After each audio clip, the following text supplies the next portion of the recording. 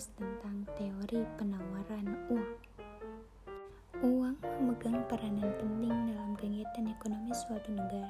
Tanpa uang, kegiatan perdagangan tidak akan lancar. Tanpa uang, kegiatan perdagangan menjadi sangat terbatas serta spesialisasi tidak dapat berkembang. Dengan adanya uang, kegiatan ekonomi menjadi sangat lancar. Uang digunakan oleh masyarakat untuk membeli barang dan jasa yang dibutuhkan. Uang juga digunakan untuk menyimpan kekayaan dan untuk membayar hutang.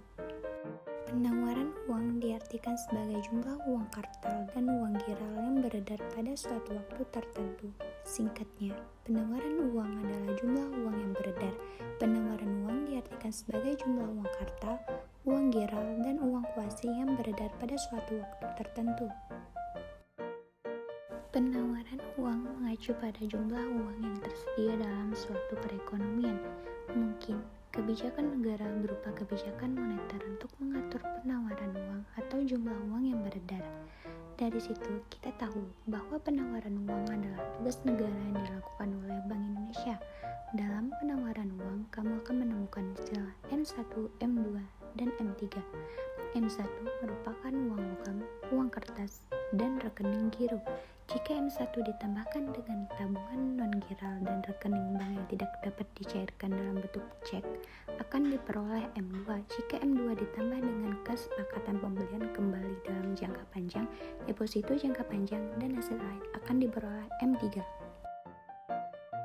Money juga termasuk dalam penawaran uang. Money adalah kekayaan bentuk lain yang bisa dikonversi ke dalam bentuk liquid serta dapat dihitung sebagai uang, misalnya sertifikat Bank Indonesia atau SBI.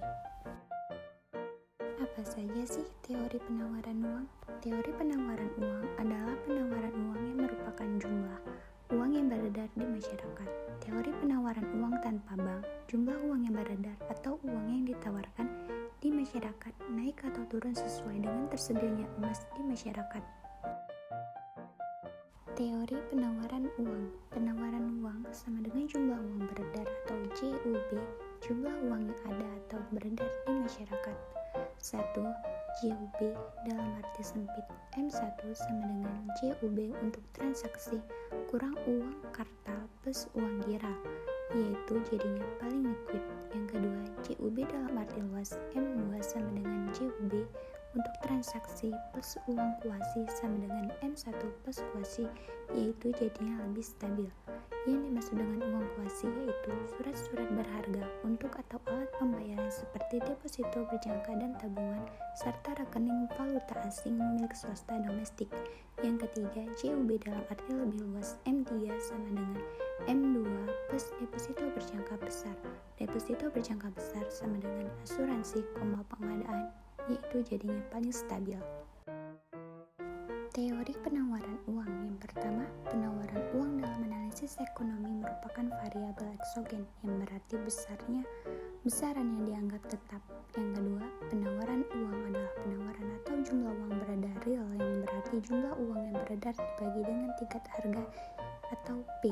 Yang ketiga, jumlah uang yang ditawarkan sama dengan jumlah uang beredar atau M sama dengan M per P. Faktor pengaruh penawaran uang.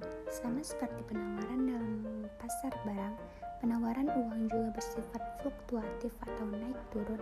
Hal tersebut bisa terjadi karena ada beberapa faktor yang mempengaruhi naik turunnya penawaran uang. Dalam buku Ekonomi Moneter 2014 karya Jimmy Hasselhoff jelaskan faktor-faktor yang mempengaruhi penawaran uang, yaitu 1. Kebijakan bank sentral, 2. Tingkat pendapatan masyarakat, dan 3. Tingkat harga. Faktor penawaran uang. Ada beberapa faktor yang dapat mempengaruhi keputusan Bank Indonesia pada saat melakukan tugasnya dalam mengatur penawaran uang. 1. Tingkat bunga, 2. Tingkat inflasi, 3. Tingkat produksi dan pendapatan nasional, 4. Kesehatan dunia perbankan, dan 5. Nilai tukar rupiah. Dalam penawaran uang tanpa bank, ada terdiri dari 6. Yang pertama, sistem standar emas. Emas satu-satunya alat pembayaran. Yang kedua, emas naik turun bergantung pada neraca pembayaran dan produksi. Yang ketiga, pemerintah dan otoritas moneter tidak ada alasan melakukan campur tangan terhadap pasar uang. Dan yang keempat, produksi meningkat, jumlah emas meningkat, dan harga emas turun serta harga barang meningkat. Yang kelima, kestabilan harga emas dan barang sistematis diatur pasar, tidak perlu kebijakan moneter. Dan yang keenam, yang terakhir, harga emas naik atau harga barang turun, produsen emas akan memproduksi emas.